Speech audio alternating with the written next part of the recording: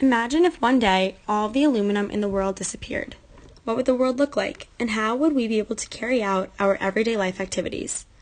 As I'm thinking about this question, I'm sitting at my kitchen table watching my friend Caroline take the aluminum foil off of her leftover food and throw the foil directly in the garbage, ignoring the recycling bin next to her.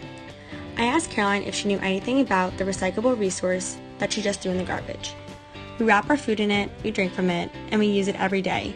Yet no one knows much about it or how important it is to recycle. Recycling should be something that can be done easily, but in America, we seem to have a hard time managing to do that.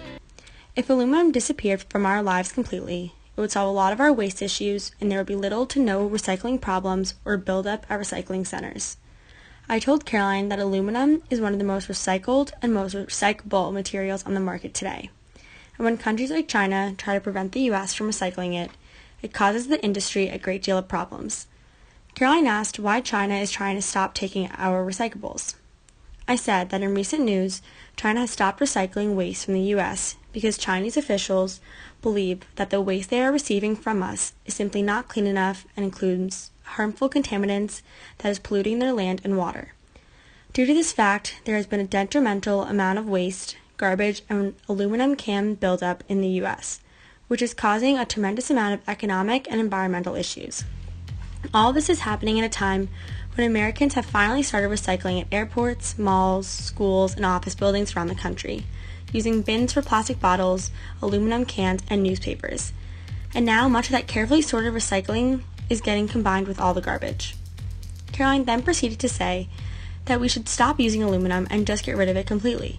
It does not affect my life, so the only reason that I can think that I actually use the aluminum is to cover my leftover food. This made me smile because she had no idea how much she actually uses aluminum in her everyday life. Caroline didn't know this, but in fact she touches something that has aluminum in it at least once every day. This really confused her. In fact, she didn't even believe me. On an average, an American adult spends more than 11 hours per day on their iPhone. Therefore, we are addicted to aluminum, because 24% of our iPhone is made up of aluminum.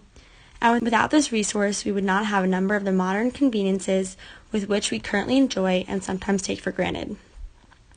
Caroline then continued to ask how our lives would be different without aluminum. I told her that without this resource, we would have massive power failures due to the fact that aluminum is in our electrical wires. And without electricity and technology, we would also not be able to have our phones, laptops, or computers, and we would lose the ability to keep important institutions like hospitals up and running, which would be detrimental for humankind. Another modern convenience that we take for granted on a day-to-day basis is our ability to use transportation. And without access to aluminum, this would be taken away. We would not be able to have cars, aircrafts, or navigation because aluminum is used in the construction of these automotives and in the chips for the interconnects used in navigation, causing satellites and radar sets to fail.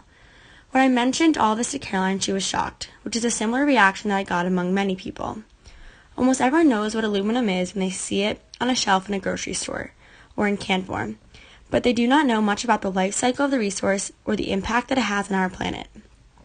Going back again and thinking about what a world without aluminum would be like, you have to take into consideration both the good and bad effects associated with the resource.